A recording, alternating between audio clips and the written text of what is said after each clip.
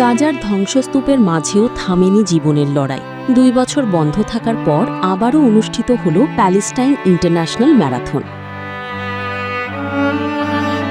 প্রায় ১৯০০ প্রতিযোগীর এই আয়োজনে অংশ নেন যুদ্ধহত ও অঙ্গহারা ফিলিস্তিনিরাও।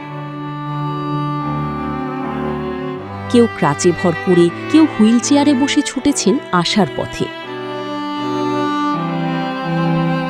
২০ বছর বয়সী এইদাল খাতিব বলেন, যুদ্ধের আগে তিনি ছিলেন একজন ফুটবলার। আহত হয়ে একটি পা হারালেও স্বপ্ন ছাড়েননি। এবারই প্রথমবারের মতো ম্যারাথনে অংশ নিলেন তিনি।